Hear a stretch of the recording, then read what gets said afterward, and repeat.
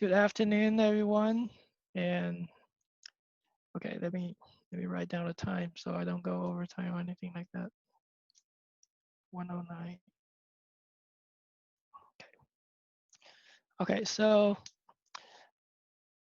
about 2 weeks ago, I remember that we I read a prayer request from someone from a brother who came for a few months, and I think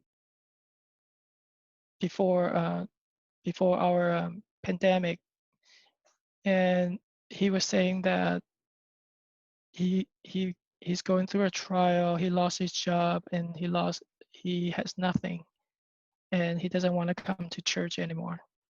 And sorry. And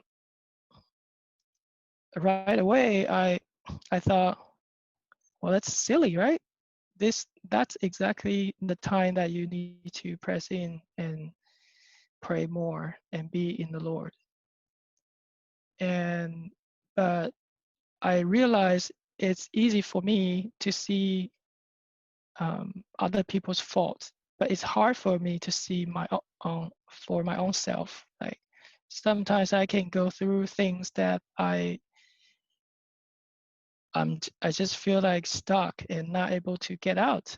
And so right away, I mean, this past week, it happened to me. I was well, not for I know the reason, but yeah, just I was feeling sorry about my for myself, and I was just feeling this hopeless in my life. And but I did learn something through my 20 years in the Lord, that when something like this happens, when I feel hopeless or when I feel sorry for myself, the best thing to do is not to do anything. I mean, even though I prayed and I read, I read, and I still couldn't seem to get out of this rotten mood, right? And over the years, I learned that the best thing for me is not to do anything. Don't do anything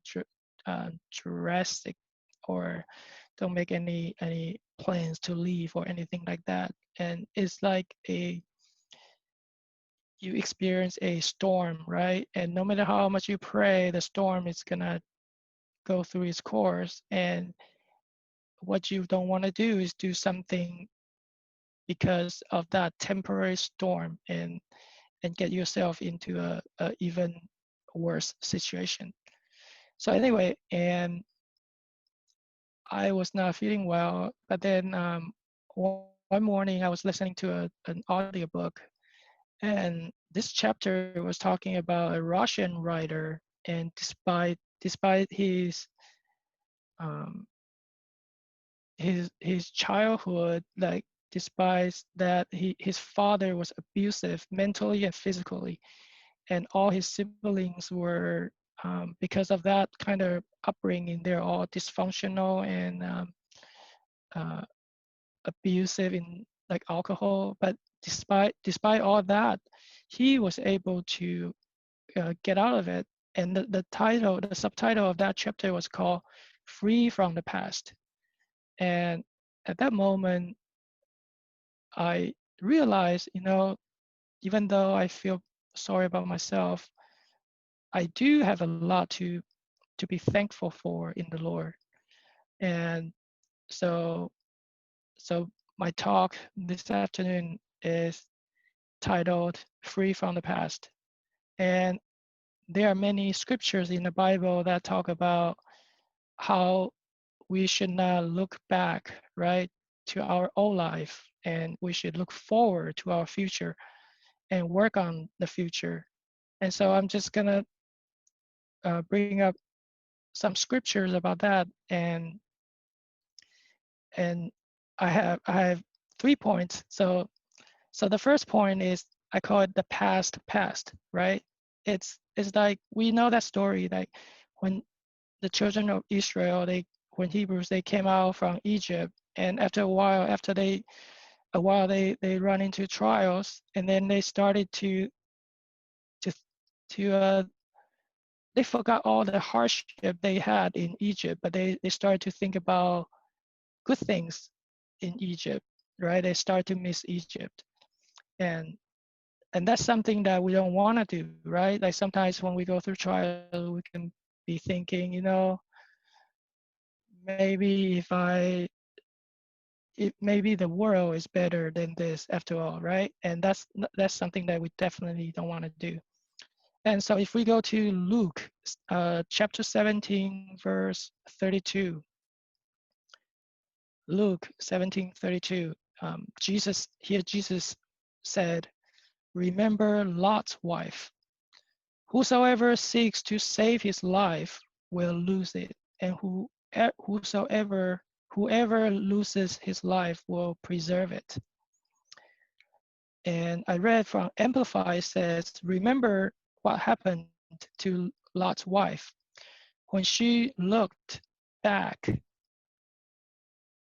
right? And we know the story that when she looked back, she became a pillar of salt, right?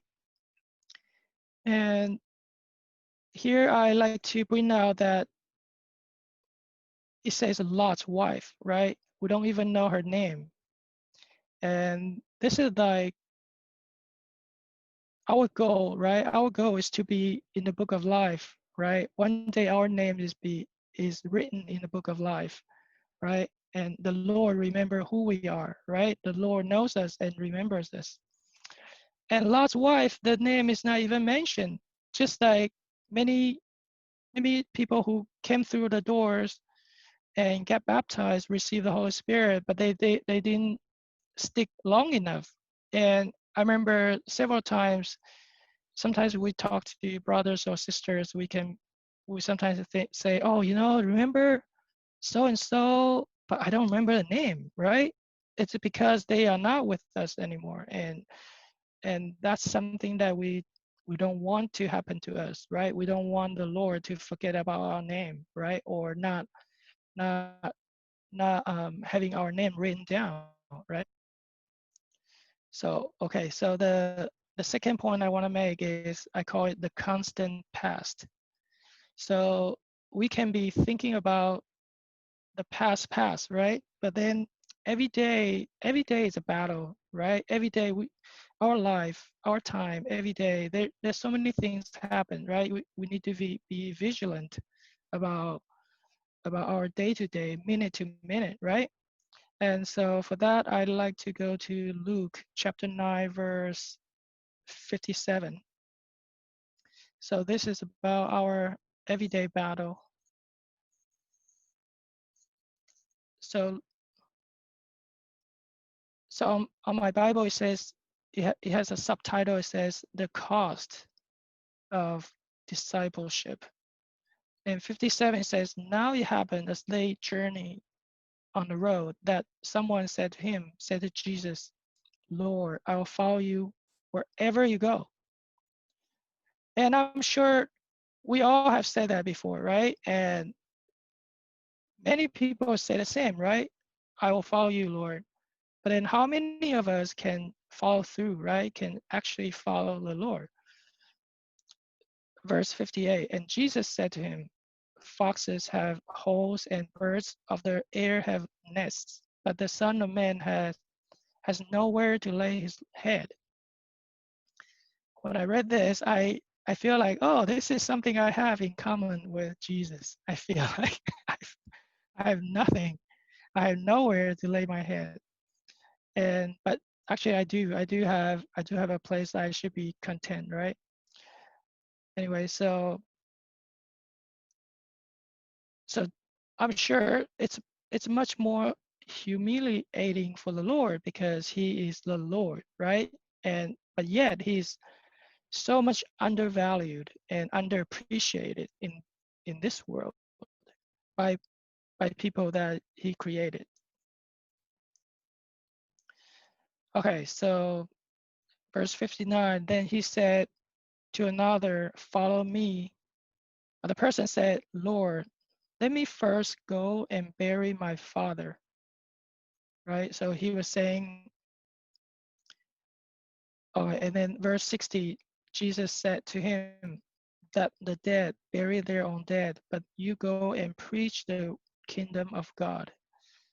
And verse 61, and another also said, Lord, I'll follow you, but let me first go and bid them farewell who are at my house, right? So, you know, most of the people they miss out is not because they don't love the Lord, but but rather because they are not putting the Lord first. I mean, sometimes we get our priorities wrong, right? We we say we love the Lord, but is He actually our first priority, or do we get so distracted, right, by this world? We ended up doing other things instead of following Him, right? And that's something that we really need to think about, and we want to free from the past, free from the distractions, right? And whatever that happens, we don't have to condemn ourselves, right? We want to focus on Him, and if we make a mistake, we learn from it, but we don't have to dwell on it, and then we can move on. Okay, so one more minute. And okay, the third point is I call this the pre-pandemic past. So we all know that we are in a pandemic right now, right? And the world is not going to be the same, right? Even though we hope it's going to be the same, but it's not going to come back the same. And we don't know how long this is going to last. But one thing we can do is to forget about the past, right? Free from the past. Free yourself from the idea that you have from the past, like how the gospel should be preached and how we should interact with others. But to focus on right now and things that we can do from now on, right? And I like to go to John chapter 9, verse 1. So John chapter 9, verse 1. Now as Jesus passed by, he saw a man who was blind from birth.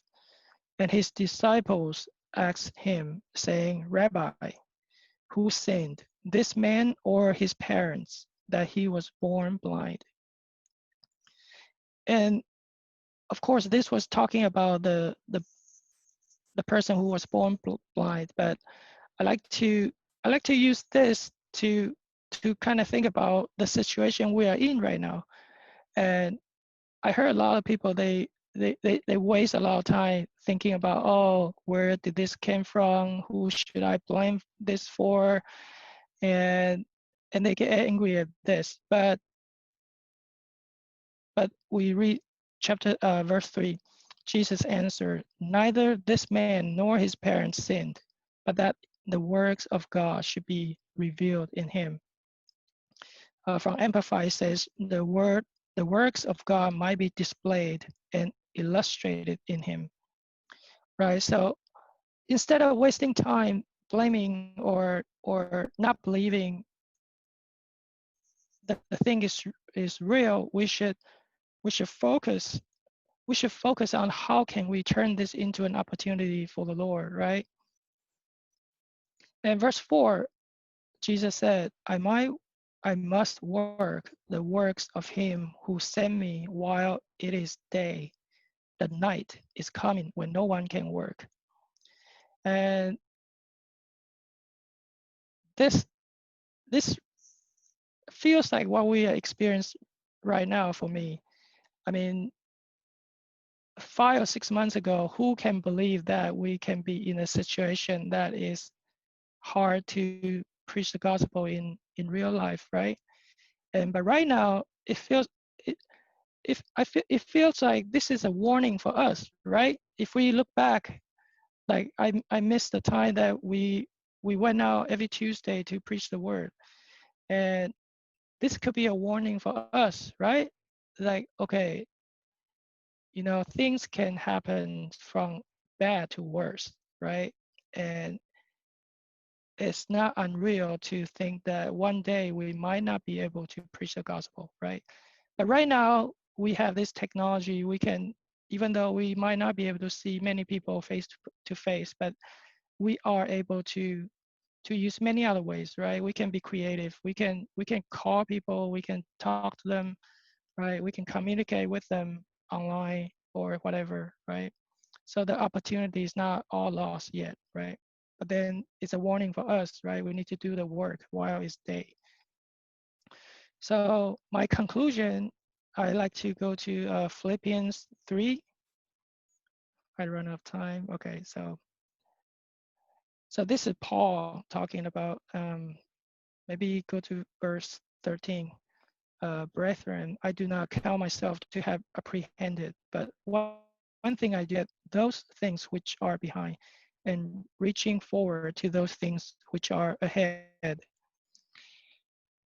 So that's that's free ourselves from the past and focus. Use this prayer and fast to refocus our energy and our focus and towards the future, towards the heavenly future. And all the people say,